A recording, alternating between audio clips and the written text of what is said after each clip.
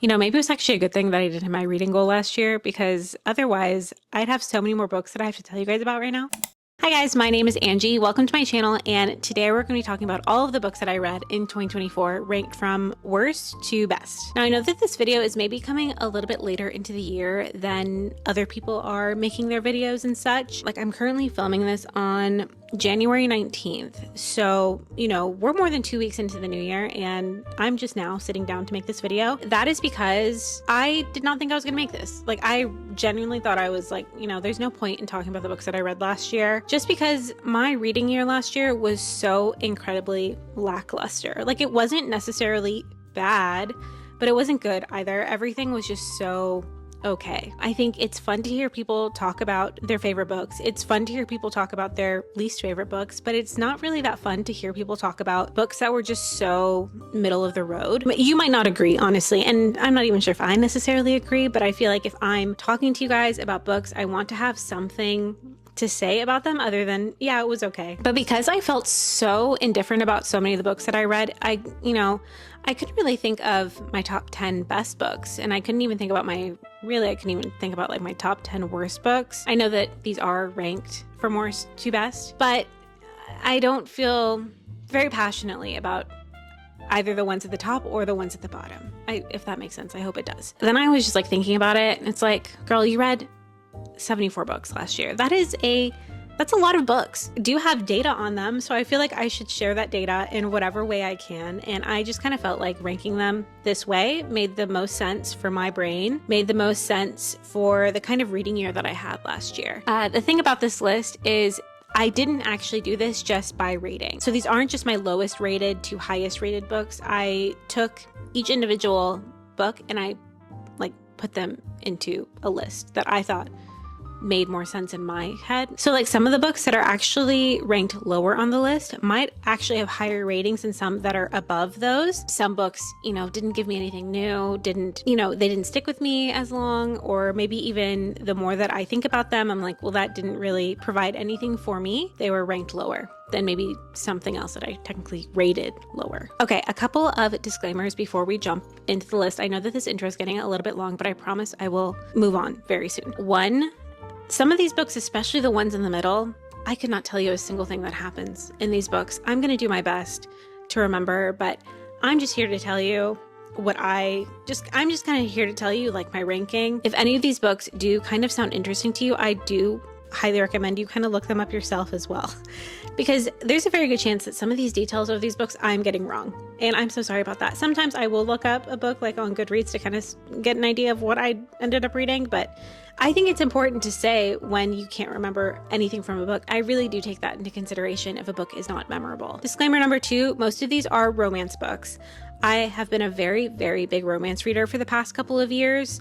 I'm kind of slowly getting out of that, and I think you can kind of see that in this list. There is like a little bit of variety, not a lot, but there is some. And then amongst the romance that I do read, some of it might be maybe what you consider to be a little bit on the stranger side, on the weirder side, because that's what I like. I like to have fun with my romance. Final disclaimer, I love the idea of filming videos right here, but every time I do, I regret it because of this window. So if the lighting starts to look funny, blame the sun. And also my cat is running around and she's crazy. So yep, now we can actually get into the list. So the very first book that we're going to talk about, which is technically the last book on this list, is Nobody's Darling by Sarah Blue. This is a motorcycle club, why choose Omegaverse romance. Yeah, I'm definitely no stranger to Omegaverse. This is definitely not my first one. This isn't even my first Sarah Blue book. Actually really enjoyed her Heat Haven series. So I was really excited to read something new from her, but unfortunately, this just really did not hit the mark for me, obviously, because it is technically my least favorite book last year. This book did have a lot of things going for it, with the motorcycle club, with the why choose, with the Omegaverse. That isn't why I didn't like the book. I didn't like the book because it was way too long. And that is an issue that I honestly have with a lot of romances that I read these days. But this book is over 500 pages long. And I even though it is a why choose and there's, more that they need to fit in, I don't think it was necessary, because I remember this book being such a slog. Is that a word? It was just really hard to get through because I was so bored. Please. Sometimes you don't need more smut in books. Sometimes there's a little too much. And I think that that happened for me in this book, and yeah, I really didn't like it. It was my least favorite book last year. The next book I think is honestly going to ruffle some feathers. Maybe not ruffle some feathers, but maybe be a little disappointing to some people. That is because the next book is Archer's Voice by Mia Sheridan. This book is extremely popular and extremely beloved. For a lot of people, this is their favorite book of all time. This is probably one of my least favorite books of all time, which is really harsh to say, but it's true. Honestly, I do think that Archer's Voice and Nobody's Darling could kind of be interchangeable for my least favorite book of the year, because I really, really did not enjoy this book. I found it to be so corny and so cringy and just like very cliche. Things would be very conveniently placed to make it very dramatic. And I know you're thinking, well, obviously it's a book, there needs to be some drama. Yes, but like some of the scenes were just unbelievably corny. Honestly, this book is probably a little bit more disappointing than Nobody's Darling just because it is so beloved, and I thought that I was going to love this book. I really did, because like I said, it is a lot of people's favorite book. And some of the people that I have like seen online, you know, that say that this is their favorite book, I've taken other book recommendations from them before and had a great time. Some of them are like on this list. So I was like, okay, well, those people love Archer's Voice. I'm going to love Archer's Voice. And also it is so popular. I'm definitely someone that thinks that if a book is popular, there's a reason. It's going to be extremely entertaining, and I'm also going to have a good time. So it was very disappointing when I didn't like this book. It was kind of one of those moments where I didn't understand what people were reading. Like, I questioned whether I had the wrong book, honestly, because I'm like, so many people love this book. Why don't I like this book? Like, why do I really not like this book? Just very disappointing. Archer's Voice by Mia Sheridan. Next, we have another book that is maybe not as popular as Archer's Voice, but is fairly popular, especially around the summertime. And that is Same Time Next Summer by Annabelle Monaghan. One thing about this book is I actually read it for a book club. There are a couple of book clubs that I tried to get into. One I was trying to run myself, but it is really hard to keep a book club engaged, like an in-person one, if you don't already know each other. I think it's probably easier if you're already a group of friends. Both of these book clubs that I was in, they were like strangers, and it was so much fun. I was so excited.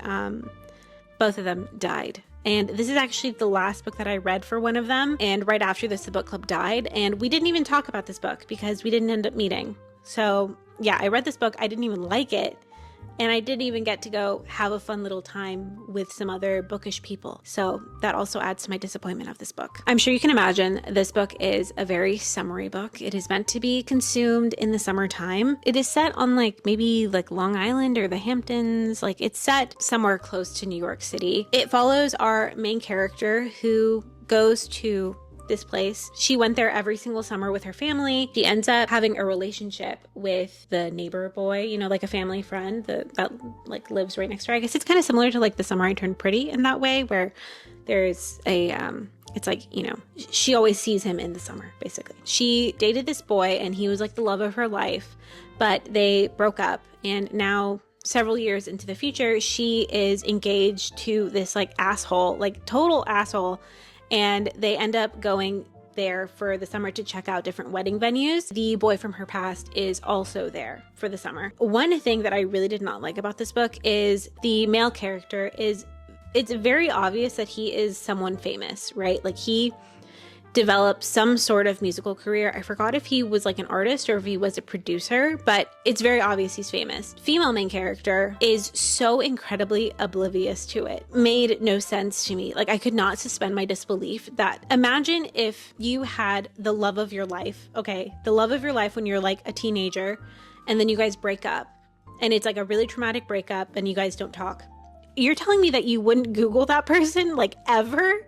There's no way, especially when you guys run into each other again. Why didn't she Google this man? I don't understand. It was really, really frustrating to me. And she was just like embarrassing herself. Everyone else knew he was famous and she didn't. I don't know why she didn't Google him. And that really made me mad. Is that the only reason why I rated it so lowly? I don't think so, but that is the one thing that really sticks with me. Next, we have a book that is a perfect example of some of these books are technically rated higher than the ones above it. And this book is Live and Let Lionel by Caroline Peckham and Suzanne Valenti. This is in the Zodiac Academy series, if that is a series you've heard of or not.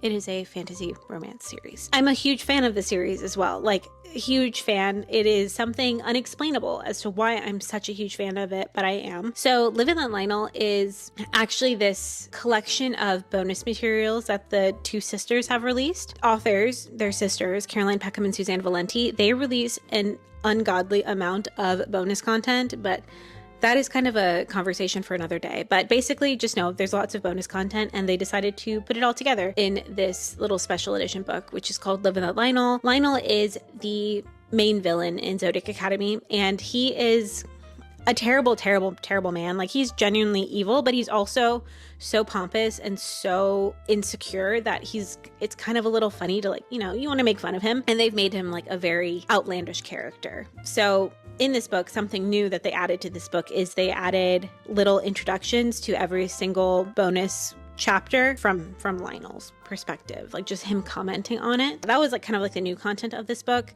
I think there may have been like a couple chapters that were like brand new, but for the most part, it was all stuff that I had like already read. So that is why it is lower on this list than some other books that I probably enjoyed less. For example, the next book on this list is Jack by Layla Faye. This is a jack-o'-lantern romance. This is part of a list of Halloween novellas that I made in the month of October. I had this like grand plan to read 30 Halloween novellas. Not 30, but just a bunch of Halloween novellas. Like, I just wanted to read a bunch of them, really get into that like spooky fall mood. It didn't happen. I think I read like 2, which really says a lot about how hard it is for me to keep to any sort of TBR, even if it's a giant list. I think I was also getting into like kind of really getting into this reading slump that I'm in. So there's also that. But anyway, Jack by Layla Faye is a very silly book. It is silly, it's erotic, and it is, I wouldn't say it's a good time, but it's like very silly. It's a silly time, that's for sure. In Jack by Layla Faye, the main character, she's really lonely on Halloween. And so I think she's like a psychic. Like she has like access to kind of like magical things. She decides to summon a lover, and that lover happens to be a man with a jack-o'-lantern on his head. There's some really wacky stuff that happens in this book. Ending, crazy.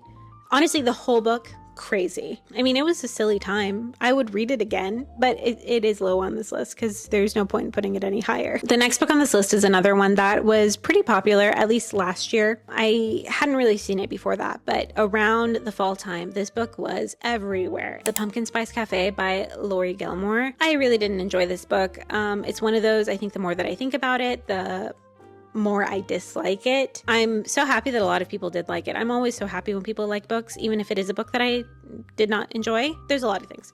One, this cover. I did not expect this to be a spicy rom-com. I kind of saw that as a tagline somewhere, and I was so shocked to see that it was a spicy rom-com, because to me this cover is giving like Christian fiction. Not that there's anything wrong with that. I just did not think this was a spicy rom-com, and I was like, oh, well, that is the kind of book I read, so I decided to read it. Yeah, it was just so bland to me. There wasn't a lot going on. There was like technically a mystery that was very, very uninteresting. And also the MMC, the male character in this book, pissed me off so much. He was so annoying. I don't even remember why I disliked him, but I remember hating this man, and I have a pretty high tolerance when it comes to annoying characters. I don't often get annoyed by characters, honestly. Right now we're talking about all my least favorite books, so of course I'm talking about things that I didn't like, but for the most part, I'm a pretty generous reader. I just didn't enjoy this man. I don't know if it was because like he just like wouldn't commit and he didn't have a very good reason for it, or if what it was. I don't know what it was, but I did not like this man, and I didn't love this book either. I'm pretty sure that Lori Gilmore is the author's pen name. It would be way too convenient if it wasn't, but you know, if you're choosing that for your pen name, that's just a little too on the nose for me. Just a little bit too much. Here's a book where you might maybe question my choices a little bit, but that's okay. Because like I said, I like to have fun with my reading. So the next book that I read was Treasure of the Abyss by Tiffany Roberts. This is indeed a Kraken romance. It's actually not the only Kraken romance on this list, which is surprising because I'm not a huge tentacle girl. Not my thing. I actually really don't like slimy stuff IRL. Tentacles aren't really my thing. For some people love them, and I love that. I love when people have hobbies. Treasure of the Abyss by Tiffany Roberts. This is a Kraken romance, like I said, and it just kind of made me feel a little icky, and not in a tentacles are weird kind of way, just like in a I didn't really enjoy the way it was written. It was my first ever Tiffany Roberts book that I've ever read, and I don't know if maybe I just don't like their writing, that is totally possible. I didn't have that good of a time reading this. Another thing also, because this book is in a series of interconnected standalones, at some point the Krakens and the humans had to be introduced to each other, right? But that kind of happened after the two main characters had already gotten together. So the characters had gotten together, and then a whole other like plot is introduced, and I'm bored, you know, like I'm done. They've gotten together. I'm kind of done with the story. It's gonna be hard to keep my attention after that. Yeah, I was kind of done with it. And I don't think I'm going to continue because I kind of felt a little icky reading it. The next book is also kind of a popular one, and that is Phantasma by Kaylee Smith. This is a book that was published last year and got tons of hype, and a lot of people really enjoyed it. I have seen a little bit of mixed opinions, but for the most part, I have seen a lot of people enjoy it. I understand why. This book has a very interesting setting. It is set in I think the early 1900s in New Orleans, which is my favorite part of the book. I love that it's set in New Orleans.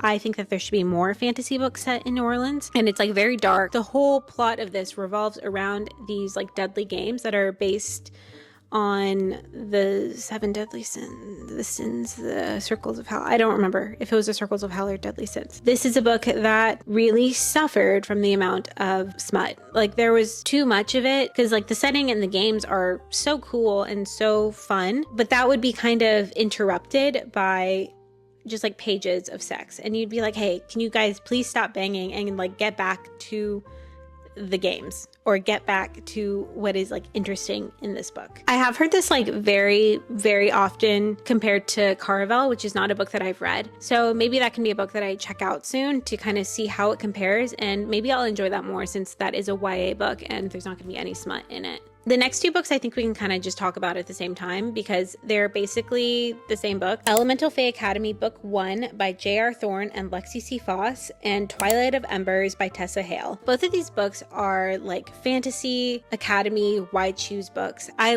really, really enjoy a fantasy academy setting, if that kind of isn't obvious by my love of Zodiac Academy. I just think it is a fantastic setting. Love like academia, and I love like the kind of fish out of water kind of situation. I just really like that. Like I love when a human finds out that they're magical and has to go to this school, but I always want it to be like a university because I do prefer an adult story. So I'm always looking for that. I'm always looking for books like that. I will literally go onto my Kindle and search Fantasy Academy, and most of the time they're going to be books like this. Most of the time they're going to be why choose books with something else that makes it a little bit distinct from other ones. So for example, in Elemental Fae Academy, they are fae, they have elemental powers, and in Twilight of Embers, they're dragons. There is always a little bit of difference, but for the most part, you're getting very similar stories. Well, I did have not the worst time reading these books. I think they kind of scratched that itch for me at the time. I can tell you right now that I didn't continue in either of the series. Maybe tried with both of them, but I will always get disinterested, and I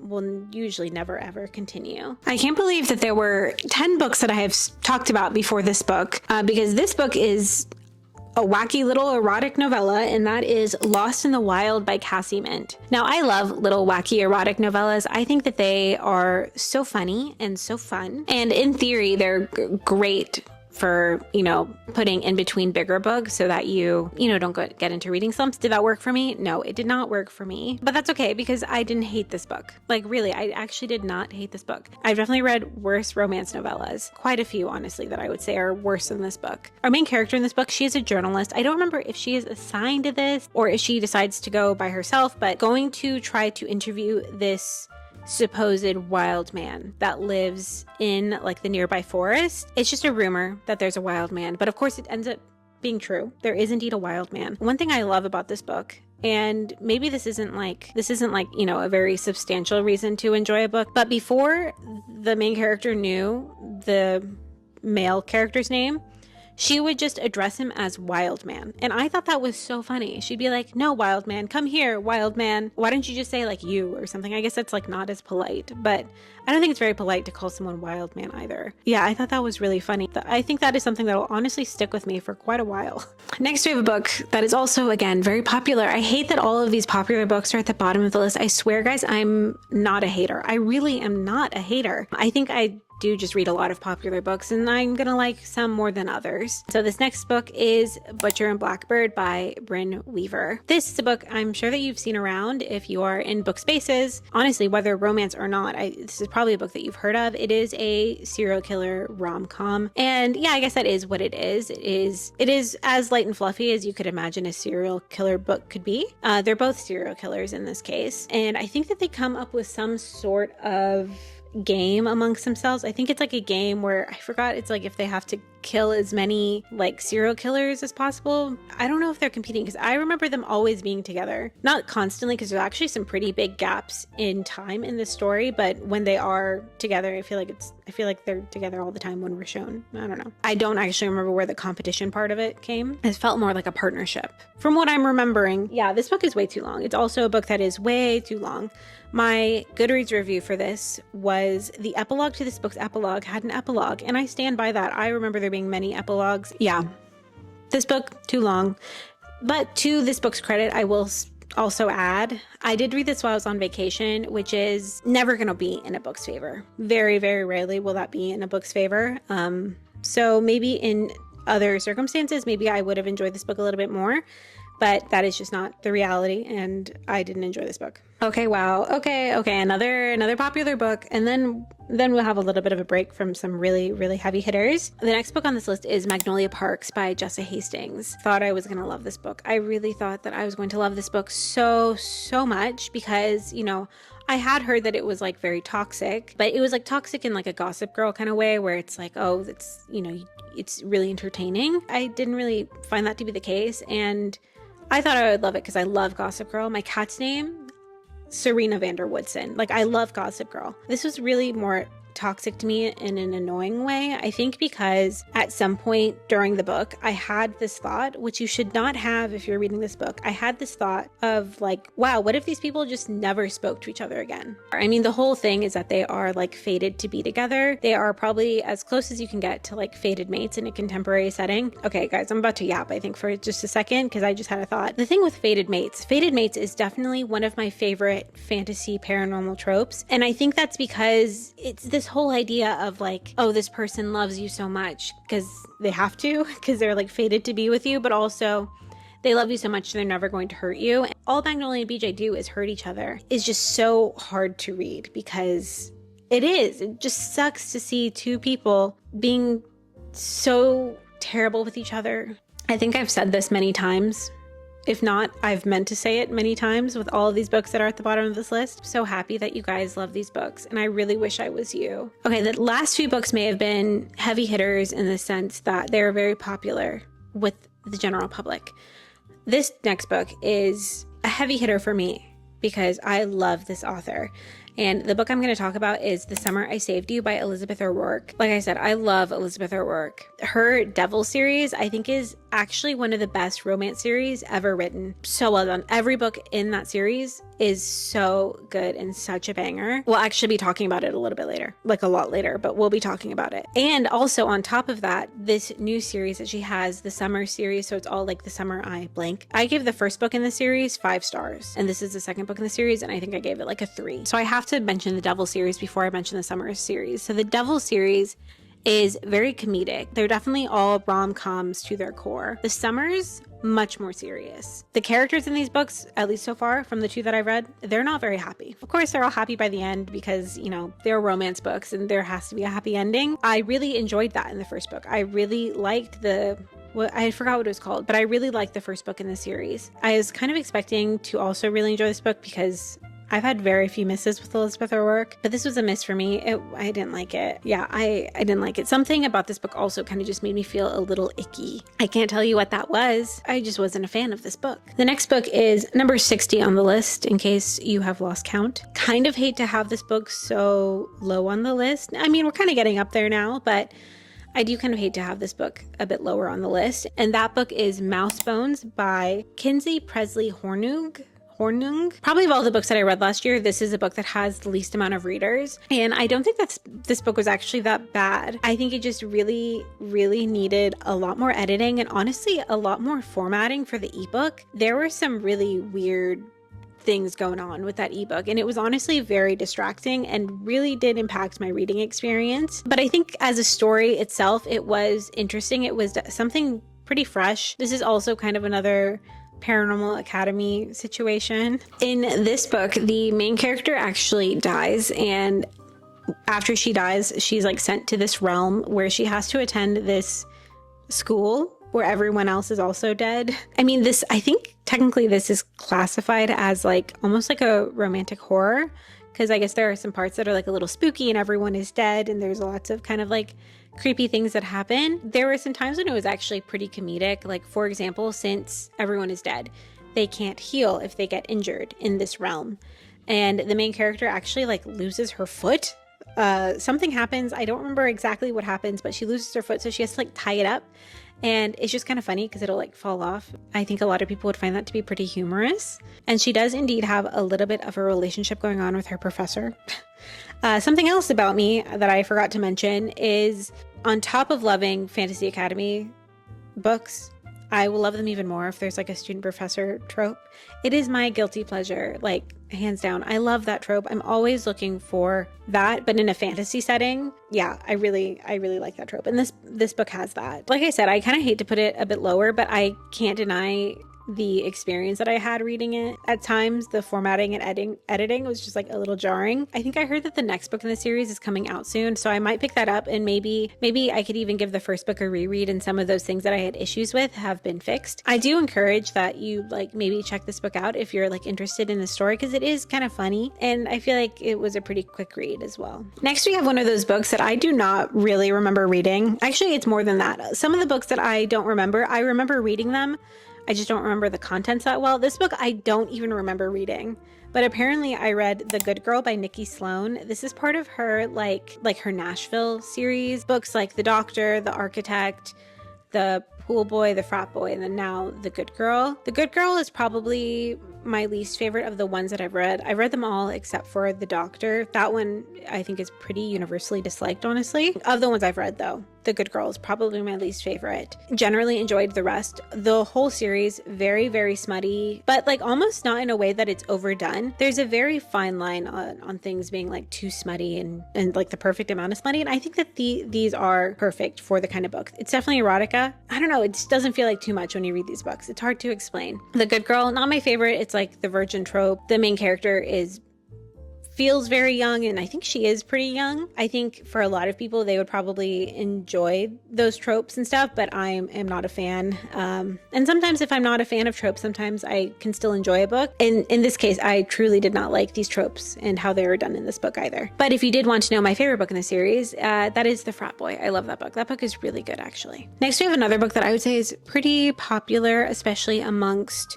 contemporary romance readers, sports romance readers, and that book is Caught Up by Liz Tomford. So this is a single dad nanny sports romance. Sometimes I really got to bring out my hand to make sure that I get all of the tropes down. And also, again, another book I thought I was going to like because I am a big fan of Heartless by Elsie Silver, which has pretty similar tropes. It's not sports romance, but it is single dad nanny, and I have heard some other people that enjoy that book also enjoy this book. Oh, this is hard because there's not technically anything wrong with this book, but there's also nothing that's special about it, in my opinion. And I'm so glad that for some people, this book is special, that some people really do enjoy this book like a lot. But unfortunately, that just wasn't me. I just didn't, didn't really stick with me that much. Maybe because I have read other books with similar tropes that I kind of thought were maybe done a little bit better, or just like because I read those first, I'm like, oh, well, this book is just like that book kind of thing. Because it was very similar to Heartless at times, just a very different setting. But yeah, not a book that I really loved. Also, I think this was when I was really starting to get kind of burnt out with romance. Not that I stopped reading romance here, I kept going. But during the epilogue, when everyone was like happy and getting married, I just it did not care.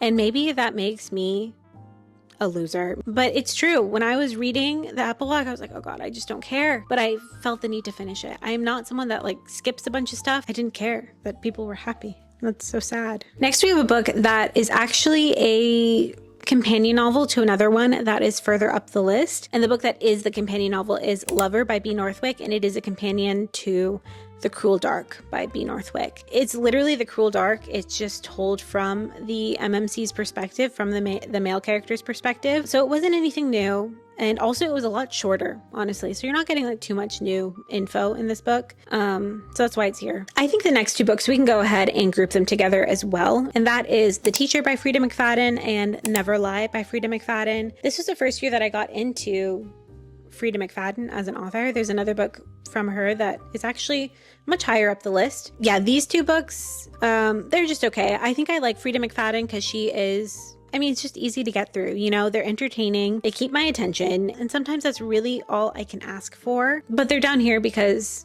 they're nothing too special for me either. The next book on this list is also, I guess, a companion novel. It is the second book in a duet. So this book is Black Rose by Karina Halley, and Black Rose follows Blood Orange by Karina Halley, which is a book that we will again talk about in a little bit. I guess I'll kind of tell you a little bit about just the plot of the duet as a whole. In its own way, it is a Dracula retelling. It's not like a straight Dracula retelling, but the male main character in this, he is indeed a vampire. While he is not Dracula, that is not his name, he is the vampire that inspired Bram Stoker to write the character of Dracula. And the FMC is actually a witch who is tasked with killing him. She is like part of this witches council, but she's like currently not doing too hot with them. And they're like, okay, well, if you kill this guy, we'll let you back in. And it's basically like an impossible task because he is like a very powerful vampire. I don't think it's a spoiler to say that they do eventually fall in love.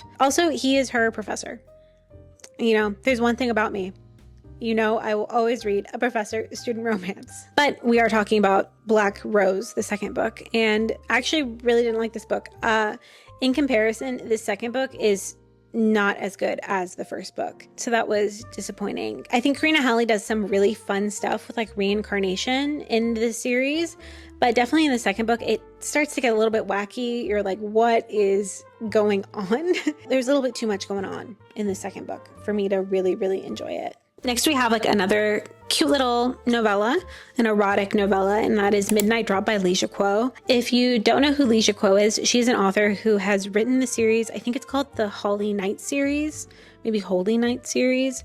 But basically, she has a erotic novella for every major holiday. I think the series is done now, so at this point, she has one for every holiday you can imagine, and this is her New Year's one. I read this last January, so, you know, I was trying to stay in theme. And I do generally like these novellas. I think that they're really fun, and it's just fun to like, you know, be in the spirit of the holiday or of the season that you're in. And so that's why I like to include them in my reading every now and again. I actually recommended her Christmas book in my Christmas romances video, and I do recommend you read that if you're into Christmas books. But this book I kind of put a bit lower on the list just because, again, I don't remember anything that happened. I know that they banged and it was New Year's, and that's kind of it. Also, I'm pretty sure it took me a while to finish this book, like maybe 4 days, and this is a novella.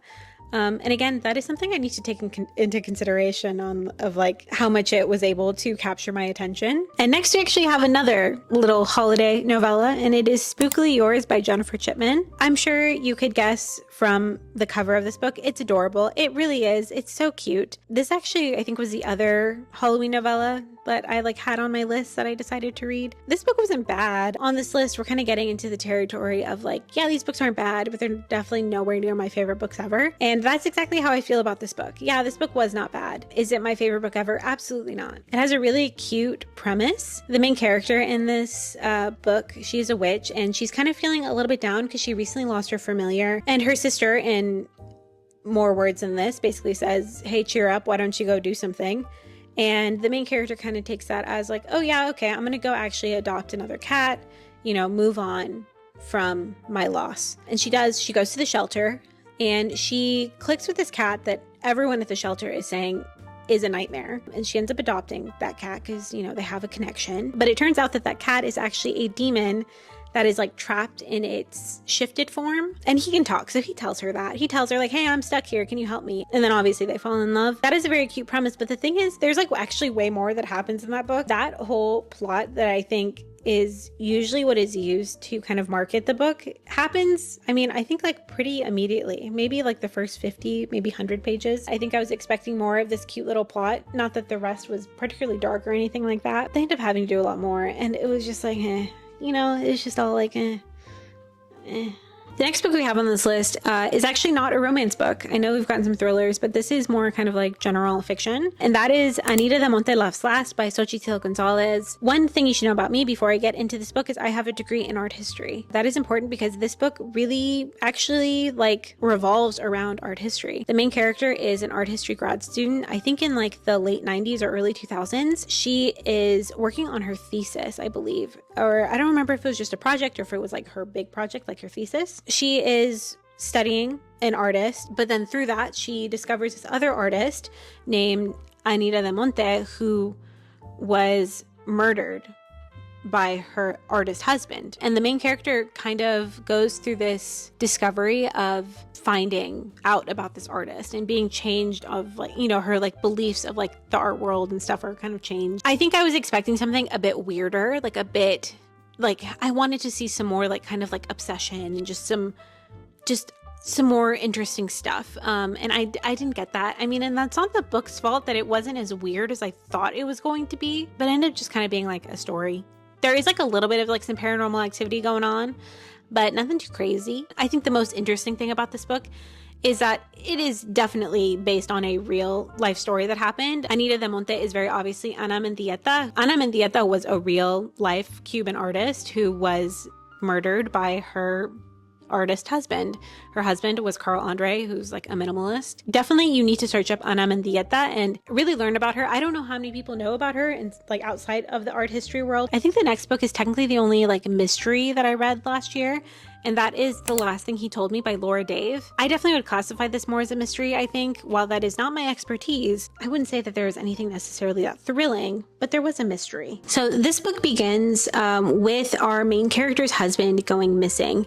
His company recently got into some hot water, and first thing you're going to assume when he kind of doesn't show up when he is supposed to show up is, oh, he did something bad and he's hiding because of what's going on with his company. That's not exactly the case. We learn a lot about all the different kind of secrets he's been keeping throughout the story as the main character and her stepdaughter, her husband's daughter, really investigate just everything going on to try to find him. Again, we're in this territory of where all of these books right now, they were just okay.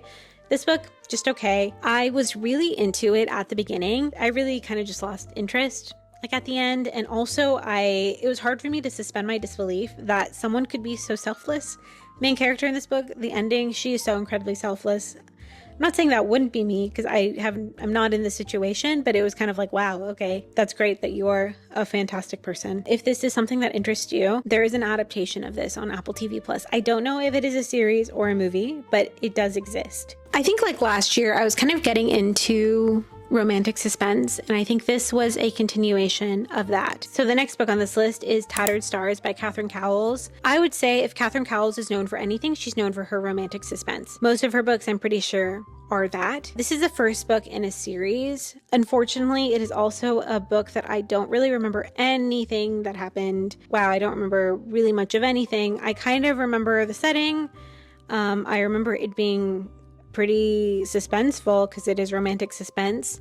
But other than that, I really don't remember much, and that's really unfortunate. But I do still plan on continuing the series because while I am scared of finishing things, I do consider myself to be a completionist. I know that this isn't a book that offended me enough to not want to continue, and I do actively want to continue. Right now, at this very moment, I would love to continue the series, but I also don't remember anything that happened in this book. We're back at Krakens, guys. So the next book is The Kraken Sacrifice by Katie Robert. Again, here we have some tentacles. This whole series, what all of these books have in common, aside from the beautiful covers, is they all revolve around this kind of auction. I've only read the first two, but I think that it is like copy and paste for the next couple of books. All of the female main characters in these books, they've all placed bargains with demons, but in exchange for whatever they wanted, they have to marry one of these like rulers of these different realms for I think like 7 years. All of these like rulers have like agreed to this. In the first book we had dragons. In this one our main character goes to like the Kraken realm. Katie Robert is an author that I have read a lot from, but she has this like magical ability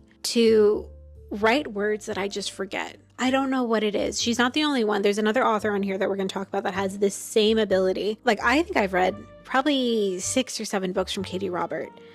I can't remember a single word in any of them. I can't remember a single plot point. I don't know like what it is about her writing that does this to me. And this book was honestly no exception. I don't remember anything that happened in this book, guys. I know kind of what happened. I know that there was the auction and then they fall in love. One thing I think I can say about this book that I thought was very interesting and cool, the way that it was done, is that one of the side characters uses neopronouns, which is I've never read in another book. I've read other books that use like non-binary pronouns like they, them.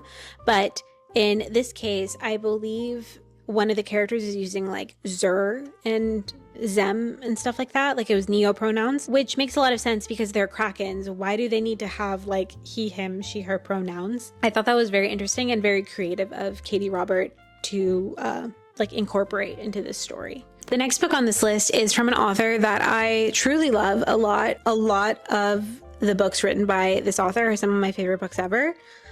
This was not that for me. This is The Alpha of Bleak Isle by Catherine Moon. Gotta bring out the hand again. So this is a historical dragon Omegaverse romance. Again, a lot going on. One, they're dragons, like I said. Almost a historical romance, kind of like Regency, where they like go to balls and there's like all these different like social norms and customs. And then there are also like alphas and omegas, not in a very like straightforward way. It's a little bit different. So I do applaud Catherine Moon in her kind of creativity with how she made this world. But again, not my favorite book. I think that is just because I'm not enjoying kind of Omegaverse right now. You know, Omegaverse is fun sometimes, but sometimes it's just a little too much. And I think this is probably one of the cases where I'm like, I don't want to like always read about like ruts and heats and stuff. And some people right now are like, what the hell are you talking about? And I don't blame you. I really don't. The next book is actually a reread, and that is Zodiac Academy, the first book, Zodiac Academy, The Awakening by Caroline Peckham and Suzanne Valenti. So I reread this book because just this year, I believe in maybe September or October, or maybe November, Graphic Audio began to produce some audiobooks for the series. It was my first time ever listening to Graphic Audio, so I don't really have anything to compare it to, but I did have a really good time listening to it. If you've never heard of Graphic Audio, they are audiobooks, obviously, but they are produced in a way that is much more immersive. So you're definitely going to have a full cast, but then they include things like sound effects and music, and that's it. They include sound effects and music. I couldn't think of anything else. But yeah, it's very immersive, and it was really interesting to listen to the book this way, especially it is a book that I've read a couple times at this point. I think it was pretty good. I paid for the whole audiobook with my own money. It was like $20. So I don't love that, but I will say one of the narrators really did not suit the characters, and they actually ended up changing the narrator, which I was so shocked by. I was not expecting that at all. If you download this book now, it's going to have the new narrator, which is crazy. For the book itself, though, I always say that the first book in the Zodiac Academy series is always and forever going to be a 3-star book for me. I personally think that series gets a bit better, honestly a lot better for me personally, but again, I'm a huge fan. It gets better with 3, 4, 5, and I would personally think 6. A lot of people do not like the series, and I completely understand why. I very cautiously recommend this series to you. But if you are interested in reading it, I actually don't necessarily recommend the graphic audio just because they're still producing them. They're only coming out like every couple months or so, which is pretty fast, honestly. But I do think it is a series that you need to consume in succession, and you're not going to be able to do that if like the next one doesn't come out unless you're like okay with switching formats or switching audiobooks. Okay, so now we're here at this other author that has the magic ability of writing words that are completely forgettable. And not in a bad way, just in a way that it's like, oh wow, I don't remember anything that happened, but I remember it was like okay. And that author is Ali Hazelwood. The next book we're going to talk about is Bride. So I generally like Allie Hazelwood. I think me and her have had some ups and downs. Some of her older stuff I really didn't like, and some of her newer stuff I do like. But again, why don't I remember anything? Remember kind of liking Bride. I know some people really dislike that book, and I don't agree with that. I think the book is perfectly fine. I think the book is pretty hot. I remember thinking like, oh, this, Allie Hazelwood can write some smut. And I did like kind of like this whole political world she created of like vampires and werewolves and humans. But that's honestly all I can say, because guys, I don't remember anything that happened. The next book that we have is A Proposal They Can't Refuse by Natalie Kanya. This is another one of those books that I read for a book club. It was the one that I was running, and we had some engagement, but again, it just died off. A Proposal They Can't Refuse is like a family friend, enemies to lovers, fake engagement story. It's like, or like, I guess an engagement of convenience. And I remember thinking that this book felt very average. I didn't really feel like it was overly special. I didn't feel like anything very new or interesting was necessarily done with the book, but I didn't like hate it. And also I think that this book has some really fun like Puerto Rican representation, because the main character is Puerto Rican and she works in a Puerto Rican restaurant that like her family owns. So because of that, a lot of Puerto Rican food is mentioned. And then the male main character is Irish, and he like owns a distillery, or his family owns a distillery, which is also interesting, I guess. The next book is Addicted for Now by Krista and Becca Ritchie. This is the third book in the Addicted Calloway Sisters series. If you didn't know, that series is like a very expansive series that really follows like this one like friend group. And honestly, this is what I thought Magnolia Parks was going to be, and I was wrong. And I like the Addicted Calloway Sisters series more, not that they're comparable, but yeah, this is the third book in the series, and the previous two I actually read like the year prior. I've been very, very slowly reading this book like over the course of a few years. I think because I'm like a little scared that I'm going to get really, really into it, which is probably the best course of action. Yeah, I've been really slowly reading the series, and it is a series that I enjoy. I enjoy the characters. I do feel invested in their lives. Have been wanting to pick up the next book, which is, I believe, the first book in the Calloway Sisters series, but I have yet to do so. Hopefully I can get to it soon, because like I said, I do enjoy this series, and I enjoyed this book. If we're talking about this book in particular, I did enjoy this book as well. The next book is another book club pick, and that is In a Jam by Kate Canterbury. This is another book I hardly remember anything that happened, but I think that is I think it's like a small town book, and I think she inherits a jam farm, a strawberry farm. Where does the jam come in? Maybe it's just strawberries. Let's look it up. Oh, wow. Okay, so I'm looking up what happened in this book, and I don't remember any of this at all. But basically, the main character, she inherits her grandmother's tulip farm, but she has to move to the small town that it's in. So again, small town. And then she has to get married within the year, but she like just recently broke up with her fiance. I don't remember that at all, actually. I don't remember it being like also a marriage of convenience. The MMC is a single dad to his niece. Wow, I don't remember that at all. Wow. Wow, I don't remember that. She's like from this town that she's moving back to. So the two characters also do have like history. I think he had like a big crush on her back in the day. But it all works out because, they obviously end up falling in love. And now we move on to the next book, which is Forget Me Not by Julie Soto. And I'm so sorry, Forget Me Not, but I have forgotten you. At least your intricacies. I don't remember the small details of this book. The premise of this book, I'm sure it's a book that you've seen. It was really popular maybe a couple of years ago.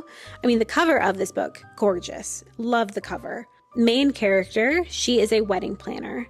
And the male main character, he is a florist. So, they kind of work in the same industry. And they actually have a past. They used to date, but they have broken up. And so that is like the past of the book. And then in the present of the book, they haven't spoken to each other in years. But the main character of this book, she's working for this bride who specifically requests the male main character to do the florals. So they're like forced to work together, basically. And that brings them back together. So they're kind of dealing with like their past breakup and everything, and also like working together again. I think that there was like, I'm pretty sure that there were kind of two timelines in this book, seeing what happened in the past and also seeing how they're dealing with each other in the present as well. I did generally enjoy this book. I think it was, again, perfectly fine. Did it blow me away? No, but it was fun to read, and I'm glad that I finally read it. It took me a while to get to. Okay, guys, I'll sit up for you guys a little bit. The next book is very different from the last book, and that is Horror Movie by Paul Tremblay. This is a horror book, as you can imagine, and it follows the making of a horror movie. Whether it was with the movie itself or with the filming, there was something up. There's something going on. In the present, we're following the movie kind of getting rebooted. And then it's revealed at some point that the original movie was actually never released. Just at some point, certain scenes were leaked on the internet, and just those scenes alone, just those clips, managed to garner a cult following of some kind, and so that leads us to the reboot. We're following one character who was on the movie. He played this character called the Thin Guy. He was like a very weird character, and that was his thing, is he was the thin guy. He was a weird guy. He didn't talk. We're following him in both the past and the present. This is the only horror book that I read last year. Again, not my usual genre, obviously, and also the first Paul Tremblay book that I've ever read. I enjoyed it. I did like it. I don't have anything to compare it to, honestly. I had a good time listening to it. I thought the ending was pretty shocking, and I'm glad that I read it. And I guess that's really all I can ask for when it comes to picking up books. I think there are a couple of books that I mentioned that I kind of like them less the more I think about. This next book, I think I actually like more the more that I think about it, and that is King of Wrath by Anna Huang. And this is surprising. Anna Huang, she's very hit or miss with me, and I think with the general public, honestly. Can't say that I wasn't expecting to like this book, because that's terrible that I would ever go into a book expecting not to like it. But I think maybe I wasn't expecting to like it as much as I did. Just really enjoyed it. I think it had that kind of Anna Huang je ne sais quoi. I can't even really place specifically why I like this book, but it is refreshing to know that I did, especially now after so much time, because so many of these, like, you know, standard romance books with like kind of wacky plots, I feel like most of the time they've been misses for me. So I'm really happy when something hits. This book is like a millionaire arranged romance book, which is wacky, right? Like that's a crazy romance plot, but I liked it, and I'm so happy that I did, and I'm so happy that I still like it. Hopefully I'll continue with the series soon, honestly. It hasn't been anywhere close to a top priority for me, but now that I'm thinking about it, maybe it should be. Yeah, maybe this year I'll get to another one of the books in the series. Now we have another thriller on this list, and that is Local Woman Missing by Mary Kubica. Yeah, I think this is like my second favorite thriller of the year. As you can see, I really kind of started to read more thrillers this year. I feel like maybe I could have mentioned this earlier, but to me, thriller is a very interesting genre. It's very hard for me to rate because I just can't ever imagine having a 5-star thriller. I don't think I know what that looks like for me. I don't know if that exists. I don't know why. Like, I have no explanation as to why. I'm not sure. This is one that I did enjoy. Local Woman Missing follows a few different characters after these like multiple terrible tragedies happen in their town. There's like, I think, a child missing, a woman gets like murdered. There's like a lot of bad things that happen. Follow when it happens, but then we have a time jump as well. And we're just kind of like figuring out what happens. I think that to me, this is your textbook thriller. Like, I think it had just like the perfect kind of twist and turns that I was looking for, the perfect reveals. I think I actually really like this book now that I'm really thinking about it and talking it through. So thanks, guys. This next book, I think you're actually going to be surprised to see that it's on here, because I bet you did not guess that I read Daisy Hates by Jessa Hastings. And if you did think that, then you probably did not guess that I put it way higher than Magnolia Parks. Yeah, I did read Daisy Hates, and I enjoyed it actually quite a bit. I really liked Daisy as a character, and I don't know if it was like in comparison to like Magnolia's story that I liked it so much, but I did. I really enjoyed it. I love that Daisy's chapters had footnotes. I think it made so much sense for the kind of character that she is. And also, you know, she was like in school. It made so much sense. I thought it was really clever. I enjoyed the plot. It was very, it kept me on my toes. I think Daisy Hates is definitely more plot driven than Magnolia Parks. And maybe that is something that I liked about it. Yeah, I actually liked it a lot. I do have the next book in the series, Magnolia Parks: The Long Way Home. And I did start it, but I ended up pausing it. I don't know if I'm going to continue. I don't know if it's worth it for me to like read another Magnolia Parks book to get to like the next Daisy Hates book, if you know what I mean. The next book is an alien romance book. I just have to preface this with saying you guys need to pick up more alien romance. Alien romance is great. I feel like alien romance is great for any fantasy reader, any romantasy reader. It is just so fun. There's, you know, it depends on the series that you end up picking up, but there is, you know, a lot of times you have like that fish out of water trope that is so fun in fantasy, and it is just as fun in alien romance, and you guys need to give it a chance. That being said, the next book on this list is Resisting Maxu by Victoria Aveline.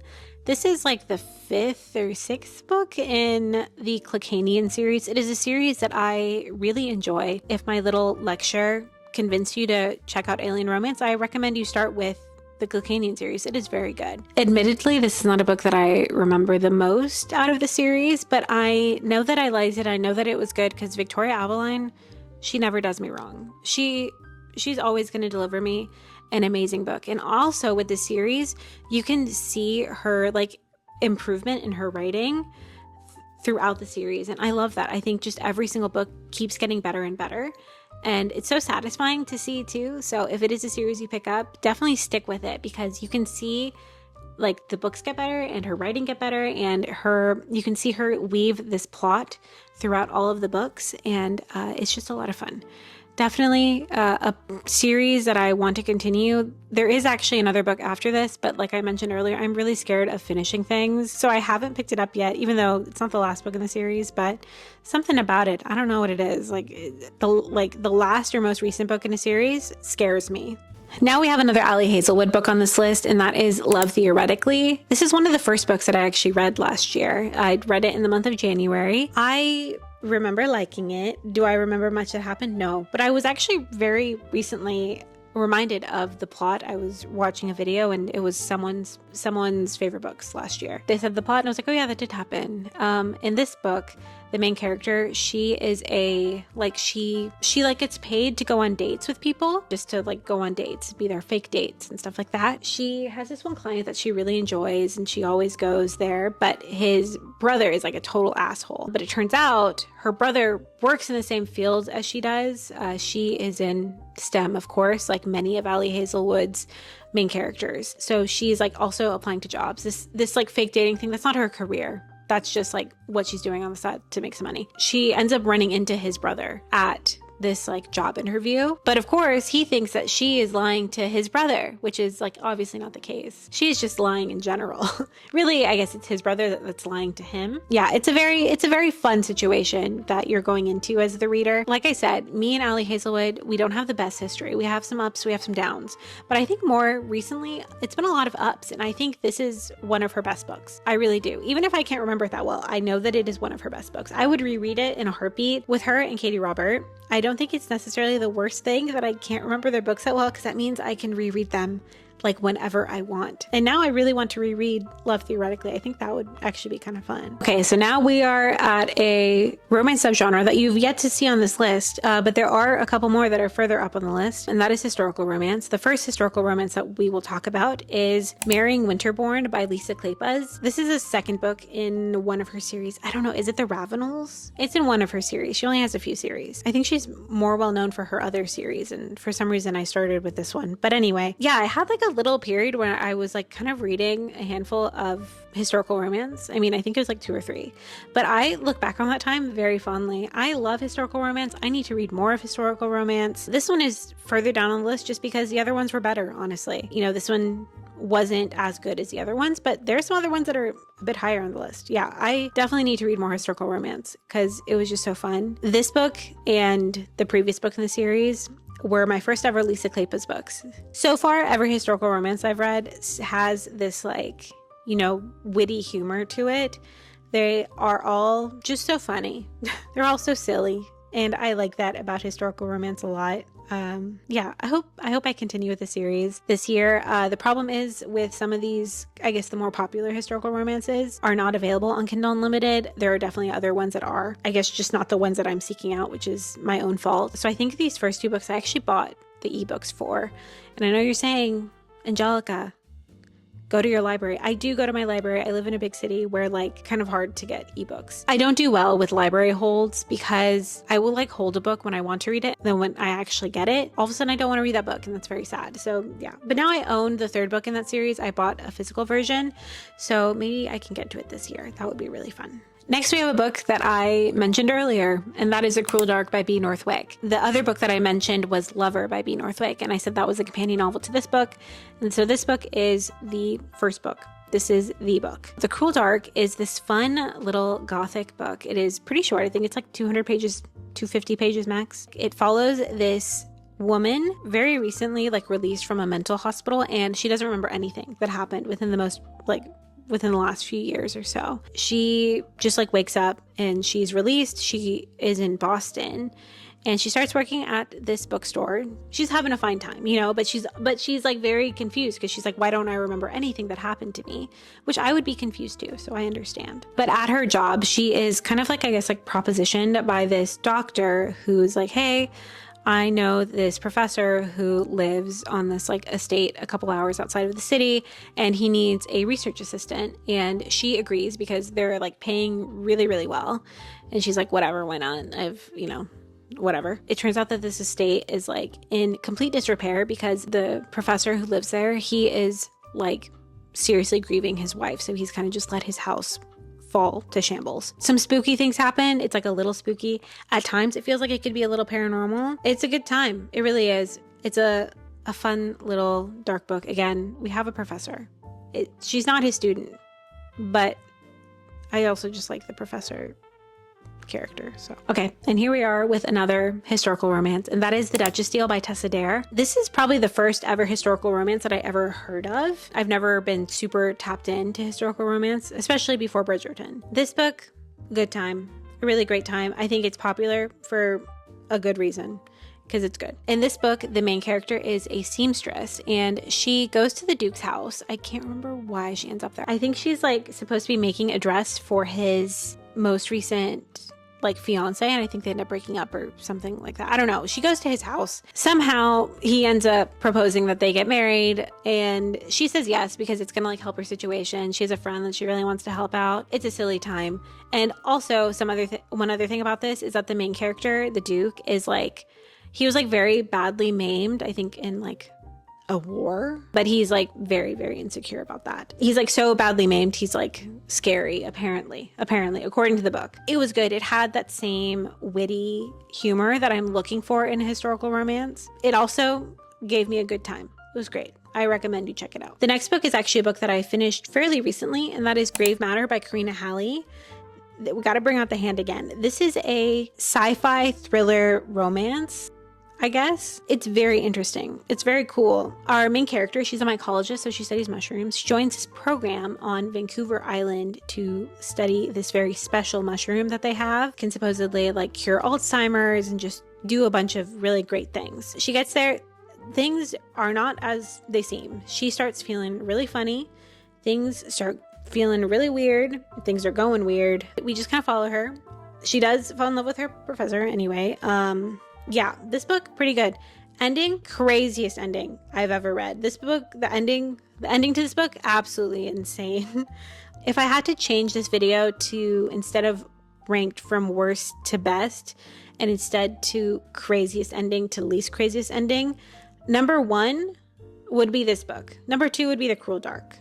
Here we have another romantic suspense. Again, I like romantic suspense. I think it's just, you know, it gives me a little bit more. Gives me a little bit more than just a contemporary romance. And in this case, we're talking about Bourbon and Lies by Victoria Wilder. First, this cover, gorgeous, beautiful. I remember recently I answered a question on my end of the year book tag. What was my favorite cover of the year, I forgot about this one because I love this cover. It is so perfect for me. Anyway, Bourbon and Lies, like I said, it's romantic suspense. The main character in this book, she enters the witness protection program, and her like agent or whatever, she thinks that actually the safest place for her is going to be with these like people she knows in Kentucky that own this bourbon distillery. I don't know why, but she just says this is the safest place for you, and she's like, okay. And then where she ends up living, like I said, it's a bourbon distillery, but the family that owns the distillery does live there as well, so she ends up kind of living with them. She obviously ends up falling in love with one of the sexy brothers. That's just how it is. This is a romance book, guys. I really enjoyed this book. I think that this book is perfect for people that enjoy something like Chestnut Springs or even the Rebel Blue Ranch series, just a cowboy romance series. If you enjoy cowboy romance, you'll enjoy this, even though this is technically not cowboy romance. In fact, the male main character makes it a point to say that he's not a cowboy, but I mean, they're like at a bourbon distillery in Kentucky. To me, this is like cowboy adjacent. So it's like perfect if you want something like a cowboy romance, but you want something with just like a little bit more grit and, you know, something with more suspense. This is not a book that I think I was expecting to put so high up on the list. We are currently at number 29. We're in my top 30 books, guys. I know I have been talking for forever. I'm sure you guys think the same, but we're almost there. Kind of. Number 29 on this list is The Housemaid by Frida McFadden. This is Frida McFadden's most popular book. I'm sure you've seen it. I'm sure you've heard of it. I thought that this book was so entertaining. I think I read it in like a day, which doesn't happen for me right now. Like this past year, I was not binge reading like anything. So the fact that I binge read this, I think says a lot, at least for me. I really like this book. I thought it was a good time. I'm excited for the adaptation, but also at the same time, I'm not going to pick up the sequels. I don't think that's necessary. Thankfully, one of the authors that I discovered last year was Mariana Zapata. I only read 2 books from her, but I had a great time doing so. This book that I'm going to talk about is Wait For It by Mariana Zapata. I think that Wait For It is kind of like a fan favorite of hers. The other book that I read, I personally enjoyed a bit more. Yeah, this book was really good. Mariana Zapata is obviously very well known for her slow burns and her long books. I definitely think that's because her characters are like so in their heads and like they are just thinking so many thoughts all the time. And so because of that, these books do end up being really long. This book, Wait For It, in comparison to the other one I read, this one is a lot more serious, dealing with some more serious topics, I guess. In this story, the main character is raising her brother's 2 sons, so her nephews. She's raising them alone. We kind of just follow her raising them. Honestly, that's really what it is for the most part, is we are just seeing her raise these 2 kids. She does end up meeting her nephew's baseball coach, who's also her neighbor. They kind of have like a little bit of a rocky start, but of course they do end up developing a relationship. He ends up being someone who's like a very strong support system for her, and that's very sweet to see. It's very nice to see. It's a very nice book. It's a sweet book. It's a hard, like it can be sad at times. I think I cried during this book. I'm sure I did. Yeah, it's really good. I understand why it's a fan favorite. It's a lot more like heartfelt than maybe some of her other ones. Though again, I've only read 2, so I don't know how much I can speak to that. The next book, I wouldn't say that I was surprised that I liked it as much as I did, but I did really like it. And that is You with a View by Jessica Joyce. I think that this book is like the perfect summer book because for the most part, this book revolves around a road trip. Though actually all the places that they're going on a road trip, you don't really want to go to in the summer, like Death Valley and like Zion. I imagine those places are way too hot to visit in the summer. Still, just to me, very summery vibes. Really enjoyed. Maybe like late summer vibes or maybe like early summer vibes would be better. It's just cool. I don't know. I liked it. I liked the setting a lot. In this book, the main character's grandmother recently passed away, and the main character was always really close with her grandmother. So she was really shocked to see that when she was like looking through her grandmother's stuff, she found like this picture or like a letter, or maybe it was a letter. It was a picture or a letter that was like detailing this relationship that her grandmother had had with another man before she started dating her grandfather. She had no idea about this man, like no idea. And again, they were really close, so she wasn't expecting that. So she actually takes to TikTok. I don't think it's explicitly said, but it's TikTok. Do you know who this man is? Like trying to find him. And she does end up finding him. But of course, it can't be simple. And it turns out that the grandson who reaches out to her to be like, hey, I know that man, that's my grandfather. It turns out that that guy is like her rival from high school, right? It can't be simple. It can't just be a stranger. There has to be some tension. And there definitely is tension. Follow both of them kind of finding out about this relationship that their grandparents had. And one of the things that their grandparents had plans to do before they ended up inevitably splitting up was they were going to go on this road trip. She decides that she wants to do this road trip because she wants to like know more about her grandmother. But then of course his grandfather wants to go, so he also has to go. So they're on this road trip together. I think if you like road trip books, I think if something like that sounds like a good time, you should check it out. I really liked it. I thought it was really cute. And I think I also this year I'm definitely going to check out The X-Files by Jessica Joyce. I think I would enjoy that as well. Next is another book that I think I just really like the vibes of for a completely different reason than why I liked You with a View. And this is The Kiss Curse by Erin Sterling. I'm sure you can guess, this is a great fall Halloween book. I just love the setting of these books. I have also read The X-Hex. Both of those books, I love the setting. It's so cute, so cozy. They're both set in this like kind of like witchy town. I love it. I don't even know if I necessarily like this book that much. Now that I'm like thinking about it, I really like the setting enough that it's like all the way up here, which I don't know if that says anything about the way that I like rank these books. I don't know if that kind of discredits my ranking or anything like that, but I just love the setting of these books. I love it so much. I would reread them again next Halloween or like next fall. They just feel so cozy, and something about it just feels also a little bit more authentic than something like the Pumpkin Spice Cafe. Maybe because they're like witchy instead. I can't explain it. I just love these books. I look back on them so fondly. I've yet to read the third book in this series, but that's actually a Christmas book.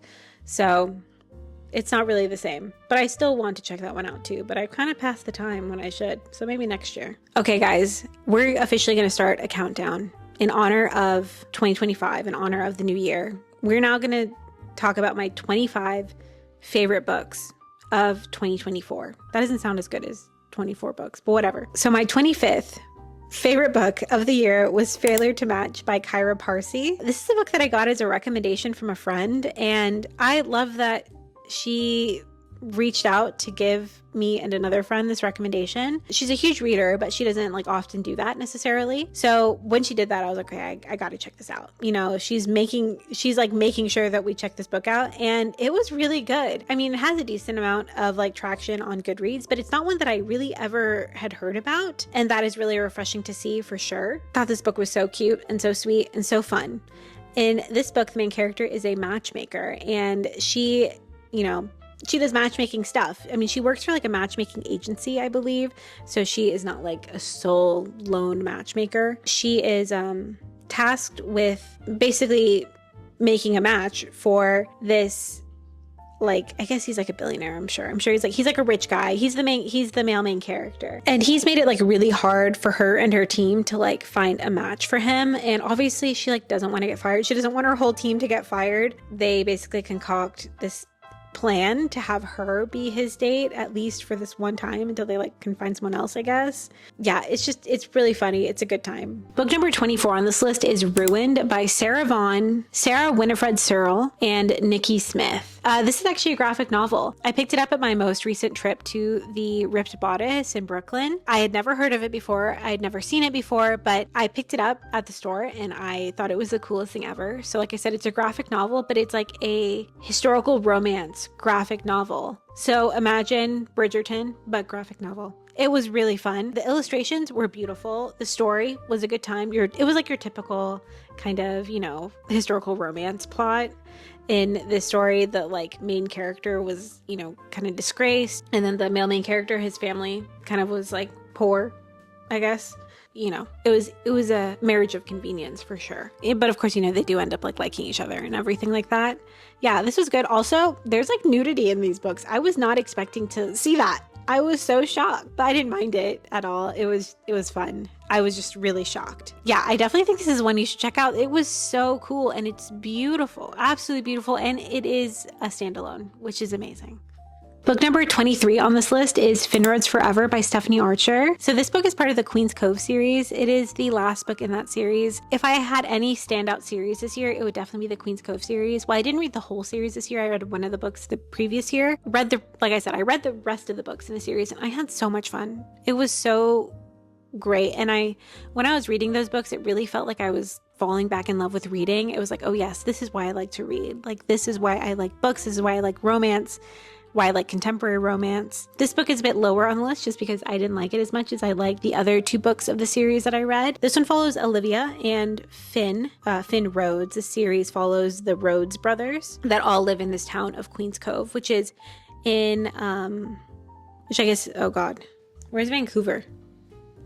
Or where's Whistler, actually? That was closer. It's in British Columbia. Yeah, sorry to my Canadians. Yeah, anyway, this book is set in Queens Cove, which is a fictional place in British Columbia. And it has this like beautiful setting. It's like right on the coast. So in my mind, I imagined it as like the Pacific Northwest, like Oregon and Washington, just like a bit further. That's what I imagined it as, because those are places that I went last year. And in this book, Olivia is a grad student. She is studying, she studies like nature and stuff, and she's trying to prove that this one flower blooms in Queens Cove at a different time than it normally does, basically. So both of them, they're both spending a lot of time like hiking and camping, and it's good vibes. Again, I think a great summer book. Really, really great summer book. Book number 22 on this list is Part of Your World by Abby Jimenez. Abby Jimenez is another author that I only started reading this year, unfortunately. Part of Your World I've only read 2 books from her as well, and Part of Your World is one of them, and I really liked it. If you haven't read this book yet, or if you haven't heard of it, it is a small town book, and it has kind of has like the small town boy with like the big city girl kind of trope. I think this book really talks a lot about the expectations that like your family has for you, or that the people around you have for you, and not always meeting those expectations. And I think that's a great thing. I think like expectations can stress a lot of people out, because I know it stresses me out. So book number 21 on this list is Out on a Limb by Hannah Bonham Young, a very, very popular book. And I think for good reason. This book is just like a nice hug. It is so sweet, which is surprising because it has a very stressful trope in it, which is accidental pregnancy. Nothing is more stressful than accidental pregnancy, in my opinion. But this book just does such a great way of making it so cozy and so sweet. And I know that that is what everyone says, but that is what it is. It's a really sweet book. It's really cozy. There's a lot that Hannah Bonham Young does in this book. Of course, like I said, there is the accidental pregnancy trope in this, but also both of the characters in this book have limb differences, which is also something that Hannah Bonham Young has. So it's always nice to see when authors, kind of inject their own experiences into their stories. Yeah. And also, I think you have to give a lot of credit where credit is due for this book, because no one likes the accidental pregnancy book. That is not true. People do like the accidental pregnancy trope, but a lot of people don't. But I know I've seen tons of people that do not like that trope love this book. And I think that's really saying something. I think that is impressive. Book number 20. We're down to the top 20. Am I going to keep reiterating when we're down to big numbers? Maybe. Book number 20 on this list is Zodiac Academy, Restless Stars by Caroline Peckham and Suzanne Valenti. This is the 9th and last book in the Zodiac Academy series. While there's probably books that are under this that are probably technically better, probably I liked a little bit more, I felt like with all of the trauma and emotion and everything that I have put into the Zodiac Academy series, this book had to be in the top 20. I could not have it any lower. This is a book that I just felt had to be in the top 20. It had to be. Like I said, there are definitely books under this that I probably enjoyed more. This book was so emotional for me because I have been so obsessed with this series for the past couple of years. And if you know anything about Zodiac Academy, is that it is a tearjerker, especially towards the end. I've paid in tears to get to this ending. And I'm glad that it ended. I am. That series needed to end a couple books ago. But here we are at book 9 and we're done. It wasn't the worst ending in the world. It really wasn't. It was perfectly fine. Honestly, I guess I couldn't imagine it ending any better than it did. I could think of a lot of ways how it would have ended worse. So I think that is positive. Book number 19 on this list is Swift and Saddled by Lila Sage. This is the second book in the Rebel Blue Ranch series. I enjoy this series, guys. I do. I feel like some people don't like these books. I'm not one of those people. I think that they're a good time. I think that they're fun. And I like this book a lot. I had a good time reading it. One of the very few books that I actually read a physical copy of this year. I'm very bad at reading physical copies of books. I'm such an ebook reader. But considering I enjoyed this book so much and I read it physically, that is saying a lot for me. Yeah, I like these books. These books are a good time. They're nice. They're cowboy. They're set in Wyoming, which I'm sure is beautiful. And yeah, I like this book. This, like I said, second book in the series. This one follows the main character, who is a designer, like an interior designer. I think she's just interior. Does she also do exteriors? I think she just does interior, but she's an interior designer. And at the Rebel Blue Ranch, they are renovating one of the older houses to be kind of like an inn. She's in charge of that. And so she moves to this town for a little bit to work on it. And she ends up having a thing with one of the brothers. The brother whose like passion project it is to like create this new place on the ranch. I think it's sweet. I like that Layla Sage does always include like a little bit of like mental health rep in some way or another, even if it is small. It's more than some other authors are doing, and I think that is important. The next book is actually a nonfiction book. It is like an instructional nonfiction book that I did not rate, and that is Save the Cat Writes a Novel by Jessica Brody. If you have ever wanted to write a book, or if you've like kind of looked up, hey, what book should I read if I want to write my own? This is definitely one that you're going to see on there. I would love to write a book. I think that would be a lot of fun. And this past year, I wanted to really focus on that. Obviously, things happened, but I did read a couple of writing books, and this is one of them. And this is, like I said, it's instructional. This kind of shows you what beats you need to hit to write a story, to have a plot. I read the whole thing front to back, which I don't think you necessarily need to do, honestly, because it is kind of repetitive at some parts towards the end when she's giving examples and stuff like that. But she basically tells you, hey, these are the beats. I think there's like 10 to 15 or something like that. She tells you about them. She tells you why they're important, why you need them, when you should put them in. And like I said, towards the end, she has some examples of popular books, and she details when those stories are hitting those particular beats. I mean, I thought it was very useful. I think if I do ever get to writing a book, I think I will definitely use it as a reference, just so I can kind of, okay, well, what should I include now? When should I move on? Stuff like that. I definitely think like if you're first writing a book, I imagine it would be very, very useful. So just so you can have an idea, and you can kind of see if it works for you or not. One thing I do think, and again, I'm not an author, I'm not a writer. I remember thinking, I didn't think that this was like the end all be all. Like I do feel like there are other ways to write stories, and I do think that there are other ways you can kind of form plots. I don't think you could do anything really weird and strange with that structure, basically, is what I thought. But I definitely think you should check it out if you want to write a book. It's useful. Number 17 is another nonfiction book, and it is I'm Glad My Mom Died by Jeanette McCurdy. This is a book I thought I read the year previous. I was so shocked to see that I had read it last year because it felt like I read it forever ago. I listened to an audiobook. I think you've probably heard tons of people talk about this book, and it's definitely worth the read, worth the listen. I'm a big fan of memoirs, celebrity memoirs, just memoirs in general. I enjoy them. I thought this one was done really well. If you don't know who Jeanette McCurdy was, she was like a child star on Nickelodeon. She talks about being a child star. She talks about like her eating disorder. She talks about her mother, mostly. A lot of it is about her mother and just kind of like the impact that her mom had on her throughout her life, and like all the bad things really that her mom did, and all the difficult things that Jeanette McCurdy went through. Yeah, it was a good one, and I'm really glad that she had the opportunity to write it as well, because throughout the book you hear, or read if you read it with your eyeballs, you hear her talk about how she wants to be a writer. And while she wants to write for like movies and TV and stuff like that, this is still a form of writing. And it's nice to see people do what they want to do, Book number 16 is Cold Hearted Rake by Lisa Kleypas. So this is the first book in that Lisa Kleypas series that I mentioned. It's the very first one. Sorry if it's really dark also. It is the very first book in that series. And again, I had so much fun with this series. I loved this little time when I was like reading all these books. It was so much fun for me. This is no exception. As you can imagine from the title, it is like a rake situation. He is a rake, which I kind of like that trope, I think. I think I like the rake trope. I think if I pick up more historical romances, I definitely think that is something I will be seeking out. And again, like I mentioned, definitely a series that I plan on continuing this year. Book number 15 is actually not really a book. It's a short story. It is The Lover by Sylvia Moreno Garcia. It is one of those like Kindle like special books. Like it's written just for Kindle or just for Amazon, I guess, because you can also listen to an audiobook on Audible if you'd like. It's very short. I think it's like 50 pages and it is like a werewolf romance kind of, but it's Sylvia Moreno Garcia. She makes it a little spooky. It's a really good time. I enjoyed it and it was quick and easy and I can't ask for more.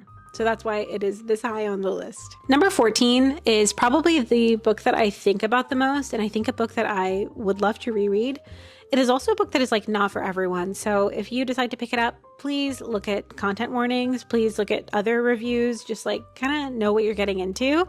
But that is Still Beating by Jennifer Hartman. Jennifer Hartman is very well known for her romantic suspense, very dark romantic suspense. Like these topics, no one else is writing these topics like she is, or just in general, like no one else is writing books like she is. Still Beating is probably one of the darkest books that I've ever read that I really enjoyed so much. I'm just dying to reread this book. I really liked it. Surprisingly, this is a book that I kind of see recommended, not alongside Archer's Voice, but I feel like people that like Jennifer Hartman and like this book also love Archer's Voice.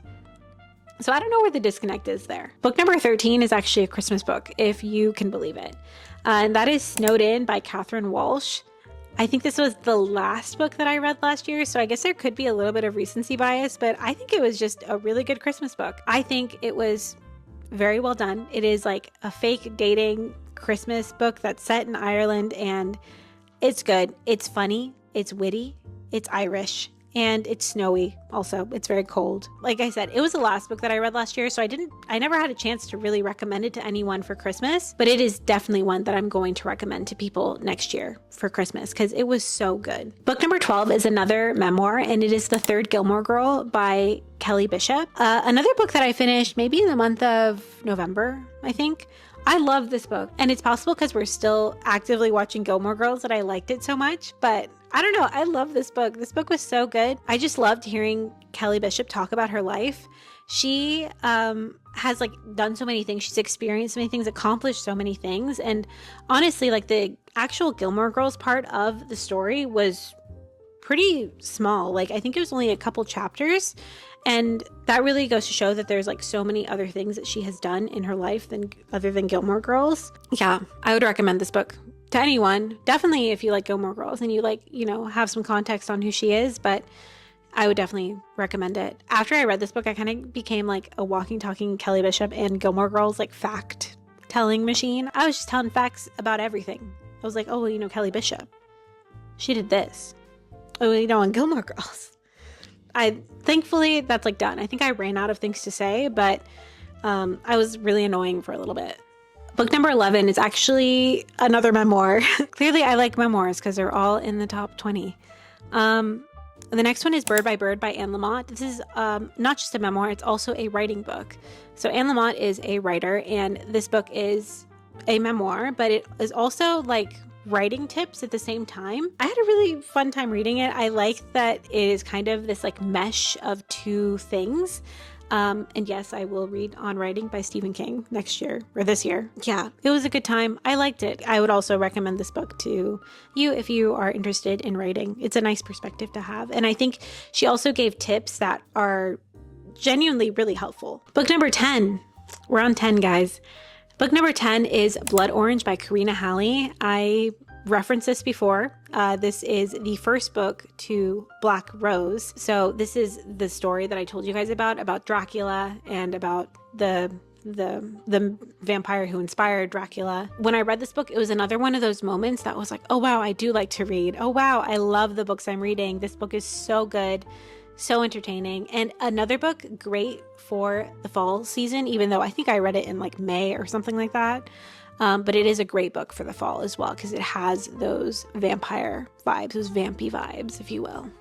Hi, it might look a little different right now, but it's actually the same day at the same time, and I've been wearing this the whole time. So anyway, book number 9 is The Wrong Mr. Right by Stephanie Archer. This is the second book in the Queen's Cove series, and as I mentioned earlier, I really had a great time with this series this year. Yeah, it was just so good, and honestly, I guess I have to really give a lot of credit to The Wrong Mr. Right. While it's not my favorite book in the series, we will talk about that in a second, it is the one that really kind of got me back into the series. I read the first book of this series in 2023. So I took like a long gap and I just decided to try out The Wrong Mr. Right, see how I felt about the series like a year later. And it turns out I loved it. The Wrong Mr. Right is like a super cute romance story. It follows Wyatt and Hannah, I believe. Wyatt is one of the Rhodes brothers. This whole series follows the Rhodes brothers. I think I mentioned that. Obviously, I was just talking about that, so I'm pretty sure I've mentioned that. Anyway, yeah, Wyatt is a Rhodes brother, so he is the MMC, and then the FMC is Hannah. Hannah has lived in Queens Cove for a very long time, and she actually runs the local bookstore with her father. Hannah is like the super cute, bookish character. She's really sweet, and Wyatt is a surfer. And so I think because Wyatt is a surfer, this book is also like the perfect summer book. It just feels so summery. Yeah, Hannah ends up getting like some blackmail on Wyatt, and she decides to use that by asking him to help her complete all these things by the time she turns 30. And one of those things I think is like to fall in love or to date someone or something like that. So there are dating lessons in this book, and you get that typical trope when you get dating lessons where the person teaching the other person starts to like wish that that person was like dating them, you know? Super cute. I highly recommend this book, especially, like I said, in the summertime. Great time. Book number 8 is Bull Moon Rising by Ruby Dixon.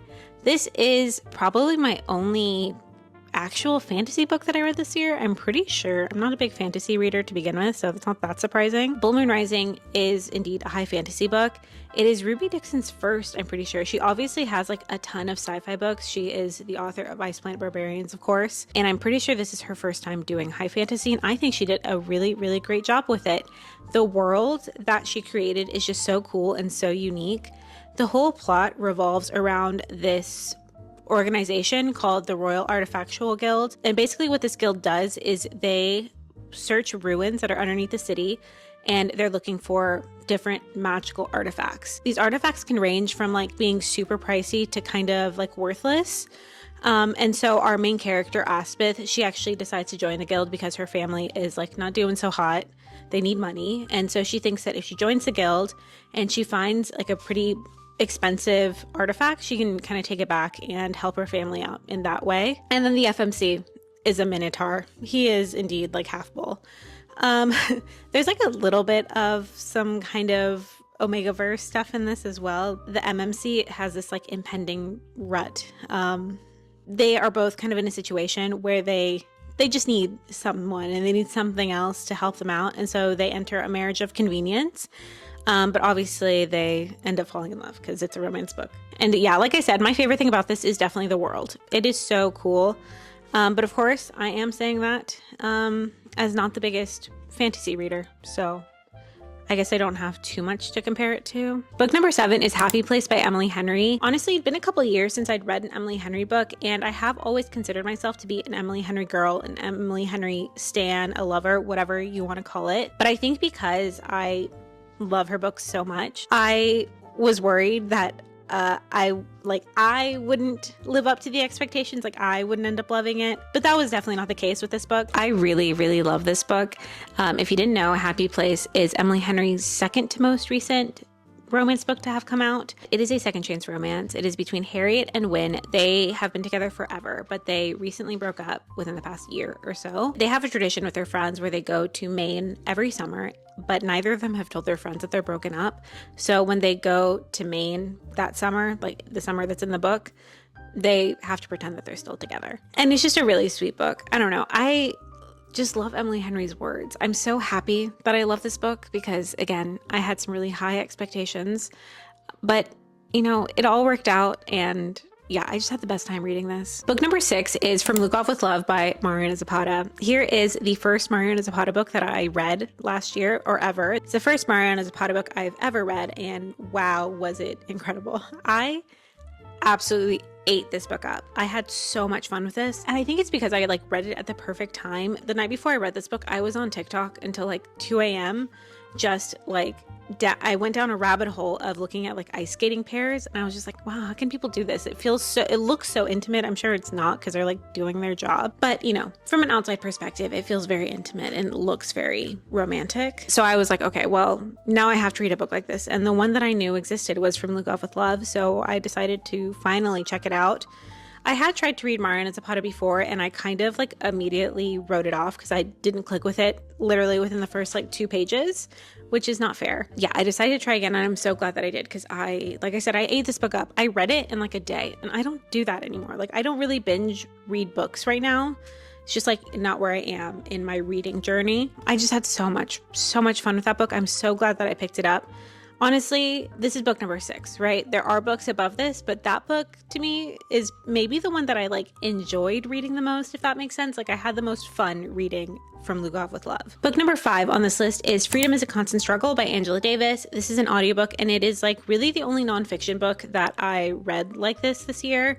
I really should read more. I'm going to try to read more this year. I think I have kind of consumed more like nonfiction books like this in the past, and I stopped for a while. But I'm glad that I picked this one up, because it wasn't, you know, like I said, I've been reading so much romance, I haven't even been thinking about other genres like at all. Freedom is a Constant Struggle is like a collection of lectures that Angela Davis gave around the time that it was published. I want to say like maybe like 2015-ish. It felt very pre-Trump from what I remember, like very much so like Obama years. And she talks about things like prison reform and Palestine and just a bunch of different things.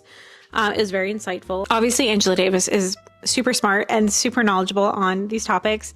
That is why she's the one giving the lectures and everything. So it was very insightful to listen to her talk about all of these different topics. I would say that if I did have any sort of critique of this book, it's that because it is a collection of lectures, and obviously in these different lectures, she's talking to different people every time, but since we are hearing them or reading them in succession, you do get like a decent amount of repetition, because she obviously has her different talking points that she wants to cover in these lectures, but that's really it. I mean, if anything, I guess it like really hammers down her like point. Book number 4 is Just for the Summer by Abby Jimenez.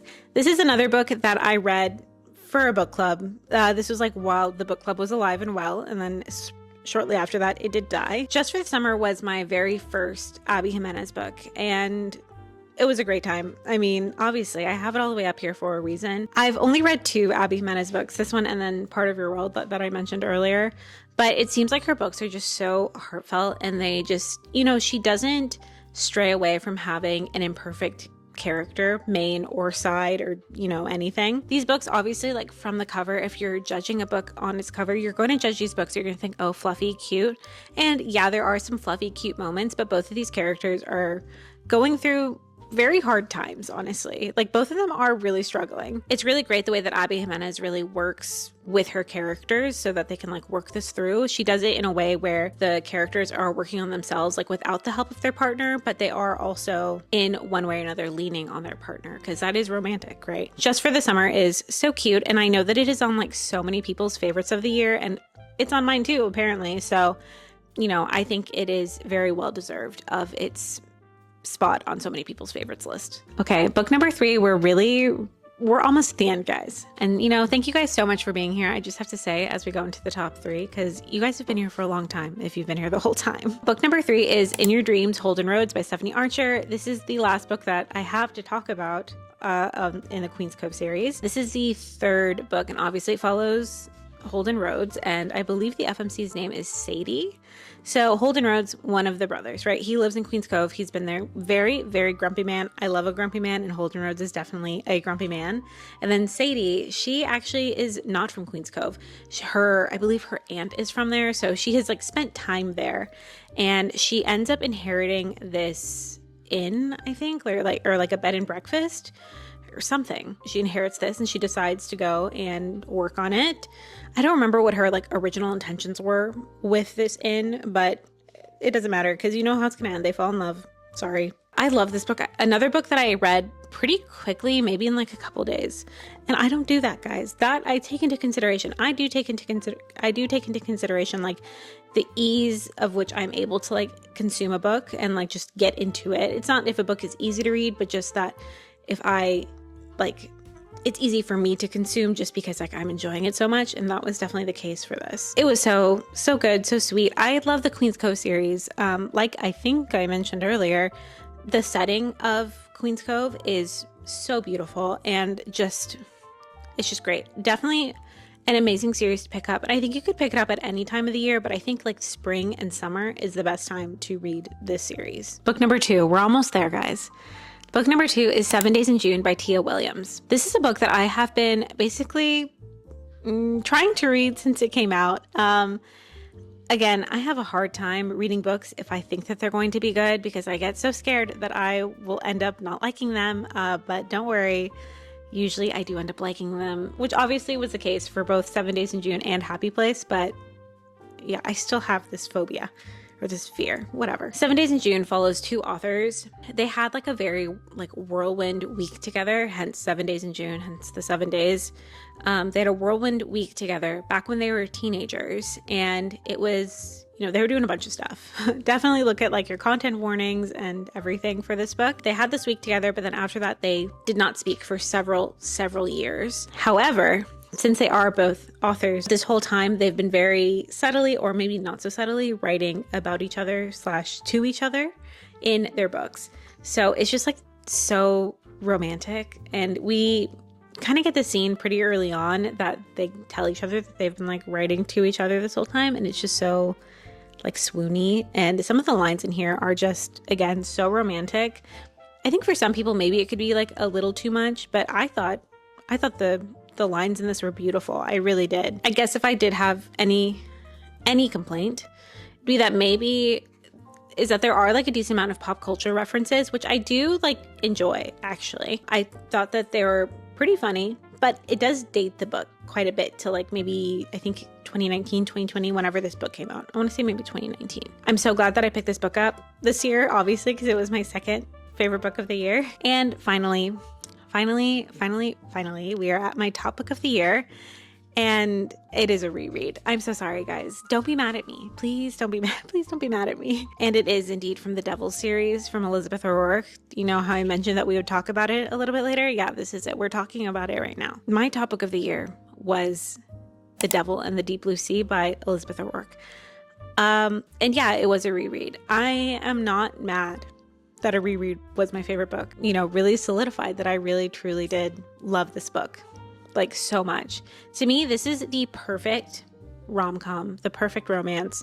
It is so fun, so sweet. Elizabeth O'Rourke, I think, genuinely is very funny. I think a lot of the times when you read these rom-coms, the author is like very obviously trying to be funny, of course, and it doesn't really work very well. I think that it does in this book and the whole Devil series. Yeah, this book, incredible. This book follows our main character, who's actually a pop star.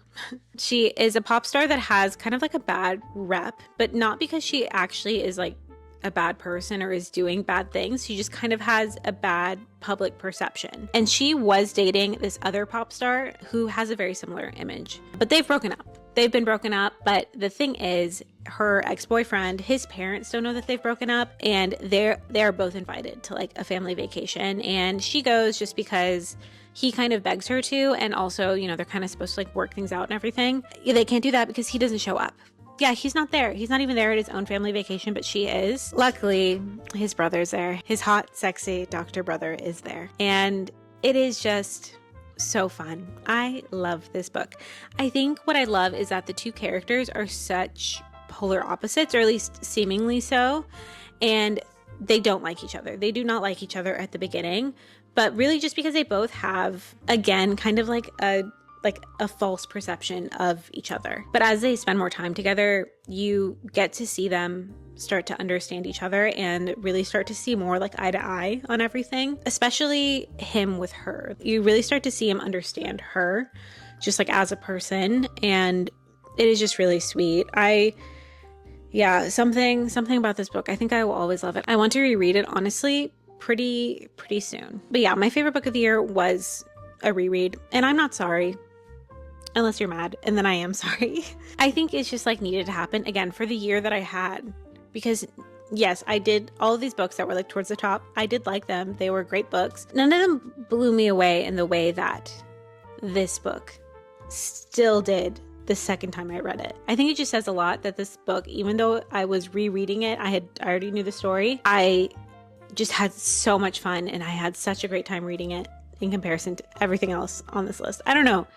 To me, it says a lot about my reading year. Hopefully, this is not the case next year. Hopefully, next year, my favorite book is not a reread. I don't think it'll be. I have some good feelings about this upcoming year. And I think maybe last year I didn't go into the year with these kind of feelings. And that maybe could have hurt me. I don't know. Doesn't matter because the year is over now. And now I have told you about all of the books that I have read last year. Yes, was there a little bit of a hiccup? I don't know what you're talking about. Okay, I do have a confession. It is the next day. I did just film this last part of the video the following day. That is because I am dumb and I messed up. Yesterday, I was at the very end of my video and I was like, oh, I gotta change my SD card. And then I did. And then I continued to talk. I finished my video. And, but it turned out I was not recording the whole time.